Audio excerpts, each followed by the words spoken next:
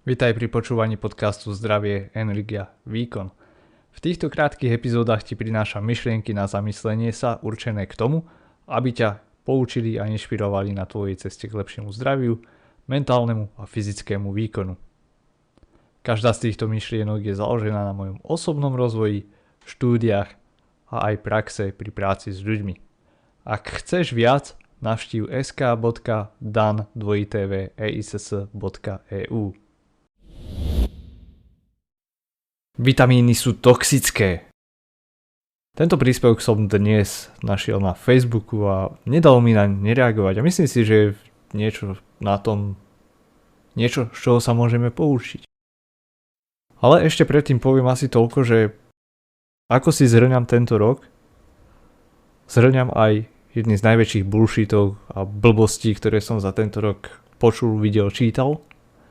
A aj keď som si už myslel, že tento rok ma nič neprekvapí, tak niektorí ľudia sa strašne chcú dostať asi na tento zoznam. Mimochodom, tento zoznam bude v nedeľu, čo znamená, že na Silvestra v mojom newsletteri prihlásiť sa môžeš cez odkaz v popise podcastu. No a poďme sa pozrieť na to tvrdenie. Ako sa skutočne vyrábajú vitamíny v tabletkách. Väčšina ľudí sa domnieva, že vitamíny sa získajú z potravín, koncentrujú sa a potom sa dávajú do prášku alebo tabletiek. Skutočnosť je taká, že takmer všetky vitamíny sa syntetizujú z petrochemických derivátov, ťažkých kovov a rôznych iných toxických zlúčenín.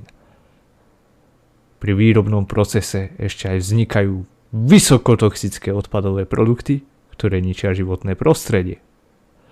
Vitamín B2 vzniká fermentáciou geneticky modifikovanej kukurice a palmového oleja pomocou geneticky modifikovaných baktérií, ako je E. coli. Vitamín B3 vzniká oxidáciou 2-metyl-5-etylpyridínu, kyselinou dusičnou. Obe tieto látky sú vysokotoxické a korozívne. Vitamín B5 vzniká reakciou toxických chemických látok, ako je izobutyraldehyd, formaldehyd, kyanovodík, amoniak, kyselina akrylová. Vitamín D vzniká ožiarením lanolín, teda ovčej vlny, chloridu horečnatého a metanolu. Vitamín B12 bakteriálnou fermentáciou, kobalt a kyanid obsahujúce. No, poďme sa na to teda pozrieť. Sorry za dramatickosť, ale nedalo mi to. Na posúdenie týchto tvrdení o tom, že niektoré látky alebo špecifické vitamíny sú toxické, použijeme jednoduchý logický test, pretože ísť do každej jednej látky a hľadať štúdie a tak ďalej by si vyžadovalo hodiny a hodinu času na mojej strane, ale je tu jednoduchý logický test, ktorý môžeme použiť. A to je, pokiaľ sú ľudia takí otravovaní alebo trávení týmito vitamínovými doplnkami, prečo nemáme viac ľudí, ktorí by na to zomierali?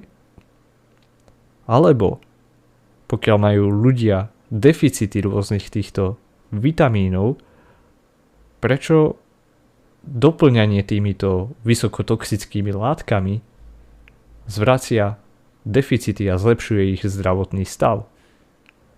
Musíme sa pozrieť na to, že aké sú výsledky na ľuďoch. Zvyčajne pomocou randomizovaných, kontrolovaných štúdií na ľuďoch. Všetky vitamínové doplnky musia spĺňať určité kritéria, napríklad, že obsahujú určité množstva a pokiaľ sa používajú teda v medicíne, tak tam musia byť dokonca preukázané, že aký majú efekt. Vieme napríklad teda, že kreatín sa vyrába v laboratóriu a je to jeden z najlepších doplnkov výživy pre zdravie aj pre športový výkon na trhu. Inzulín sa nevyrába tiež z nejakých prírodných látok, kedysi sa vyrábal tuším z prasačej pečeni, ale teraz sa vyrába čisto v laboratóriu a pomáha diabetikom prežiť. Ľudia, ktorí šíria takéto správy, si pravdepodobne ani neuvedomujú, že tieto toxické vitamíny konzumujú v múke, do ktorých sú pridávané napríklad B vitamíny, v mese alebo dokonca v mliečnych výrobkoch. A som si takmer istý, že pijú aj alkohol, ktorý je preukázateľne toxický. Chemické látky ako vitamín A alebo železo, vitamín D môžu byť toxické, ale nie preto, že sú vyrobené z toxických chemikálií alebo GMO baktériami alebo z GMO kukurice, pšenice alebo ja neviem čoho. Ale preto, že vo forme doplnkov je ľahšie sa nimi predávkovať a viažu sa na tuky. Že vitamíny A, D, K sú rozpustné v tukoch a nevymočíme ich, keď sa nimi predávkujeme. Čo pri vitamíne B sa dá. Naše telo to vie regulovať.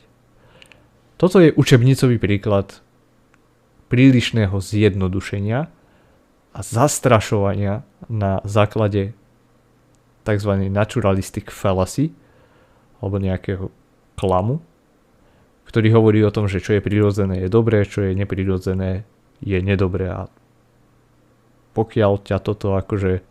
A možno konkrétne v tomto prípade sa len pousmievaš alebo lámeš si hlavu nad tým, ako môže niekto tomu veriť.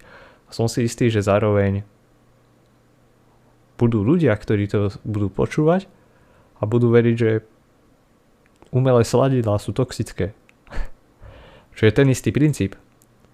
Len za to, že je to prirodzené, neznamená, že je to dobré, alebo že je to v laboratóriu vytvorené, neznamená, že je to zlé. Tomuto som sa viac venoval v inej epizóde. Že nechcem zachádzať tu do detailov. Ale podstata je taká, že aj tie, áno, chemické látky môžu byť pre nás prospešné, alebo teda toxické látky. Takže ja som za to, že používať prístup založený na potravinách ako prvých. Znamená, ak môžeš získavať živiny, vitamíny, minerály z potravín a je to pre teba realistické, v pohode, super, odporúčam to takýmto spôsobom. Ale ak potrebuješ doplniť nejaké vitamíny, tak nemyslí si, že sa tým otráviš. V konečnom dôsledku všetky látky sú chemikálie a všetky sú jed alebo prospešné alebo neutrálne na základe ich dávkovania. Dávka robí jed. Zároveň mnohé doplnky sú len vyhadzovaním peňazí.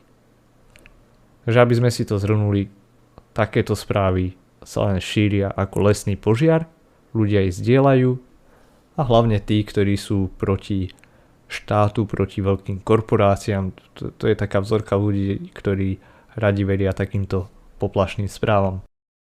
Dúfam, že ťa to pobavilo, minimálne tak ako mňa, keď som to predýchal. A ja sa už teším na zhrnutie roku, ktoré pripravujem, ktoré som spomenul a bude aj v nedeľnom newsletteri. Prajem pekný deň. Pokiaľ sa ti táto epizóda páčila, budú sa ti páčiť aj dlhšie epizódy a e-mailový newsletter Zdravie, energia, výkon, ktorý vychádza každú nedeľu. Prihlásiť sa k jeho odberu môžeš na odkaze, ktorý je v popise podcastu.